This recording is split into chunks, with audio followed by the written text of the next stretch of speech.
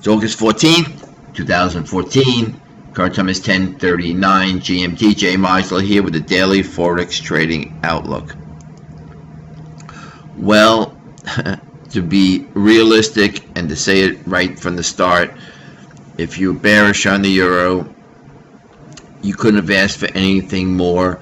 A negative print from German GDP, which was more negative than the 0.1%. It was 0.2% for the second quarter that many had predicted, yet the euro did not go down. Why didn't it go down? I've written an article about an invisible hand. Some people say it's options. Some people say the market is too short. Whatever, maybe it came out of demand from the yesterday's fall, yesterday's rise in euro sterling. Whatever the case, somebody's holding the euro above that 133.33 low. Question is bid in an offered market, which it's still showing signs of, but what would it take to break that low? For this week at least, markets had its chance and the euro is not going to lower, and all we have is this choppy consolidation. Now if we look at a daily chart, the 20-day moving average, which broke in around July 9th or 10th, is a key level. It's 130, I think it's 134.28 right now.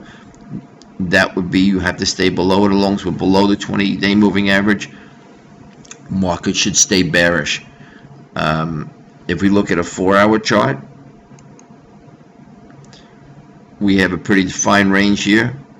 It's 134.45, 133.33. So let's skip to the 1 hour and see if we can find some trading levels right here. Now if you look at the 1 hour chart, we have lower highs starting out at, if you go back here somewhere, you have 134.45, you have 134.32, you have yesterday's high 134.15 on the downside.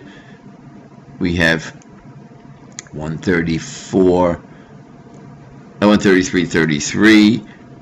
This was 37. We nicked at 35. 134.42, and now 134.48. So what we have is, we have levels, we have things on both sides. We have a compressing range. You can look here, look at the 102-hour moving averages. They're converting. The 100 hours basically flat.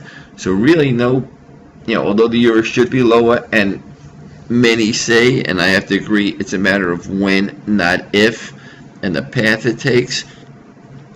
For eventual move down to 130 to 132 sometime this year at a minimum.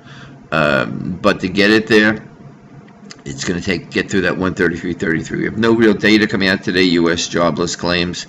The bund yields, by the way, have touched 1%. That's almost like deflation or depression, whatever you want to call it, mentality.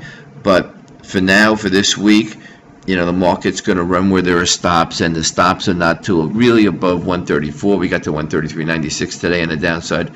We got to, the stops are below 133.33 would be the key level. You got the dollar is basically on the soft side elsewhere, especially versus the commodity currencies. The yen even has come off its low, and sterling has come off its low after touching the 200-day moving average. So that really is it in a nutshell.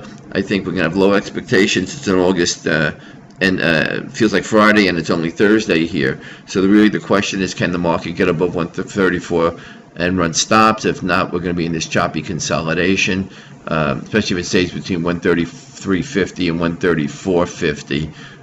We'll be in this choppy consolidation. You could split that at 134.75 being the 375 being the midpoint, but for the most point, this seems like a low expectation day. But if the market can get above 134, then maybe it goes after stops, but would have to get above that 20-day moving average to really set off a real squeeze. So that's really it in a nutshell. As I said, low expectation day. I'm going to post this link again. And if you're looking to become a better trader, you should read this article.